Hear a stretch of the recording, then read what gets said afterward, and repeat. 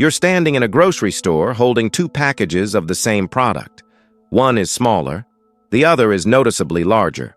The larger package even looks like the obvious choice.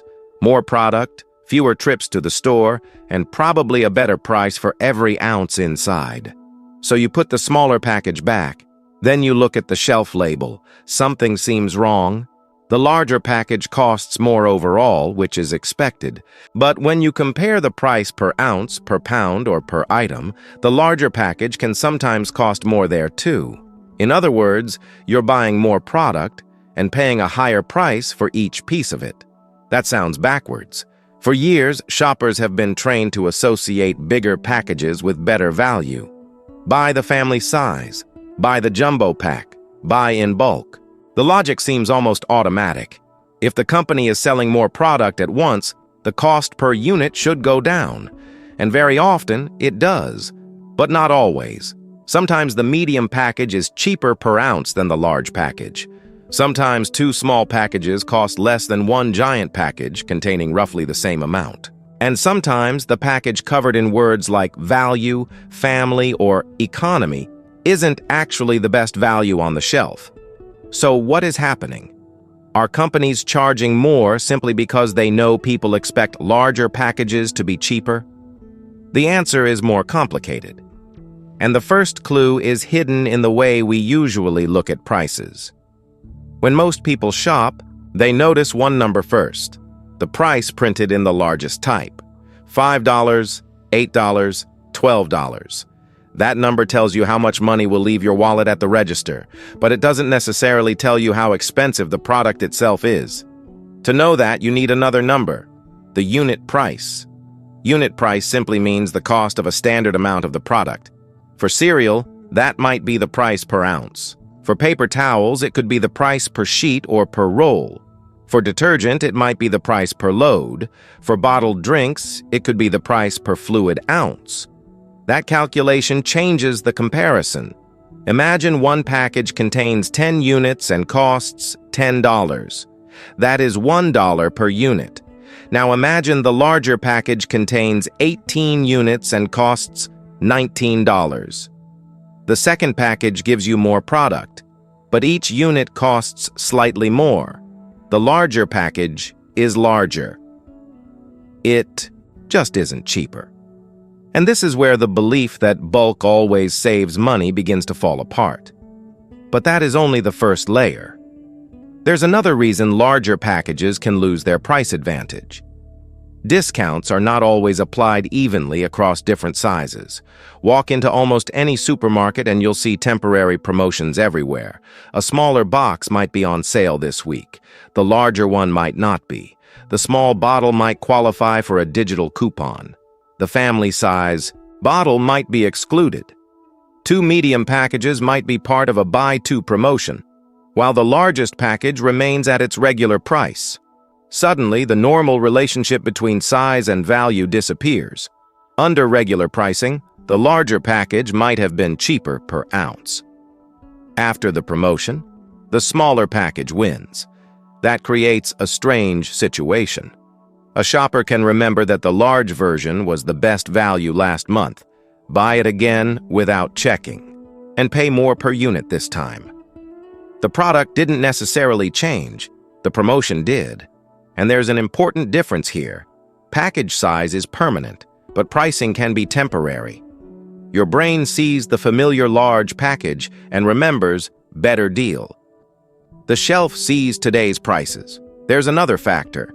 Packages that look like larger versions of the same product are not always economically identical. The container itself can change.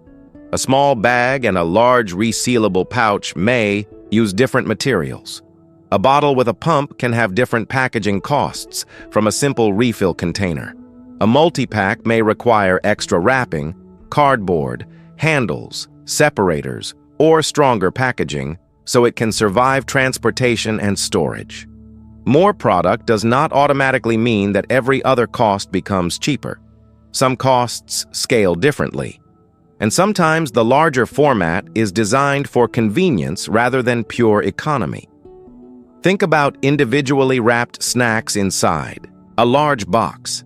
The outer box is bigger, but inside it may contain dozens of small packages.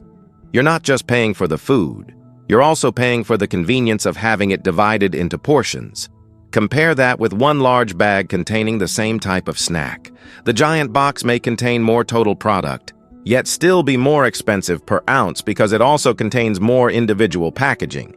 The same principle appears in many categories: large packs of single-serve drinks, variety packs, pre-portioned foods, individually wrapped items.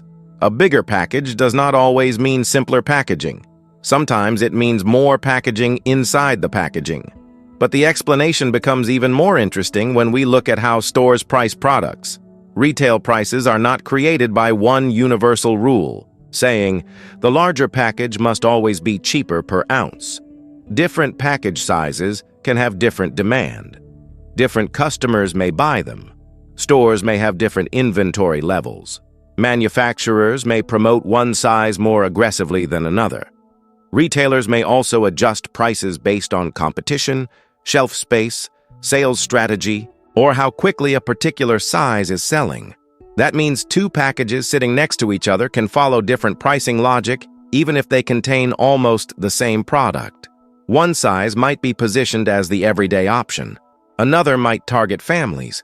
Another might be aimed at convenience. Another may exist mainly to give shoppers a bulk option. And those categories can have different prices.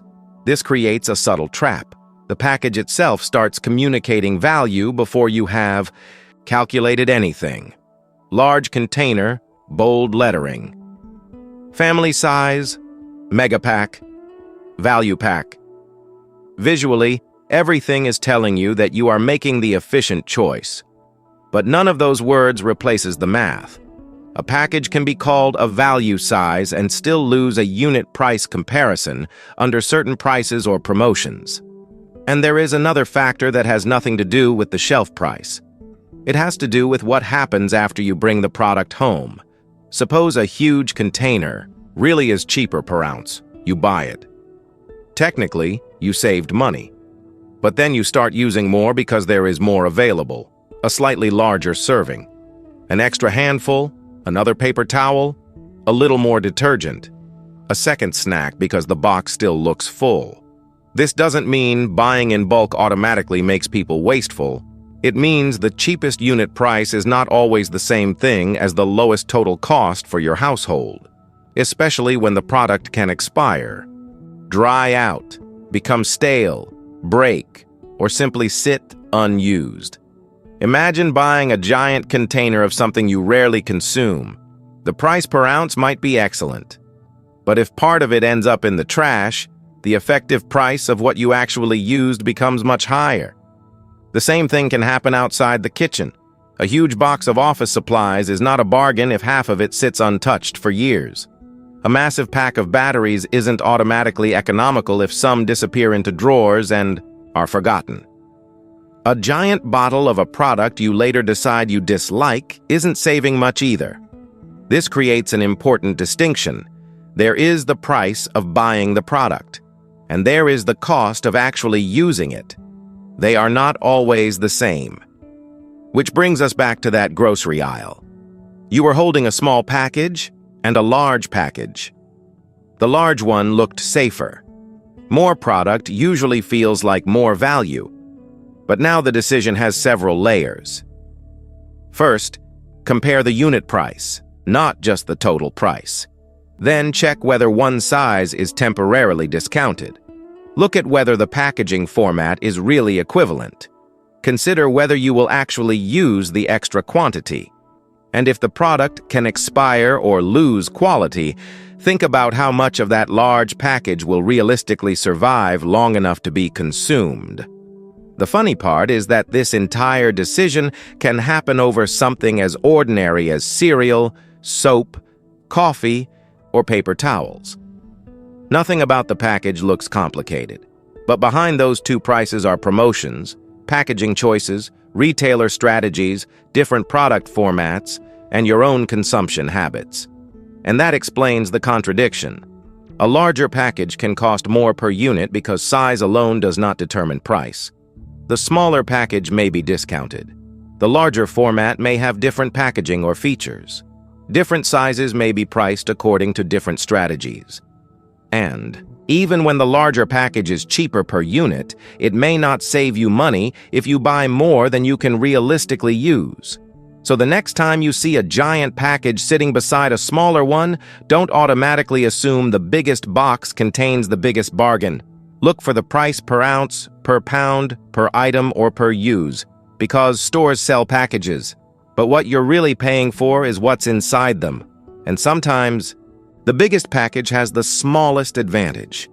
If you enjoyed this kind of everyday mystery explained simply, subscribe to the channel and leave a like. There are a lot more ordinary things around us that become much stranger once you look closely.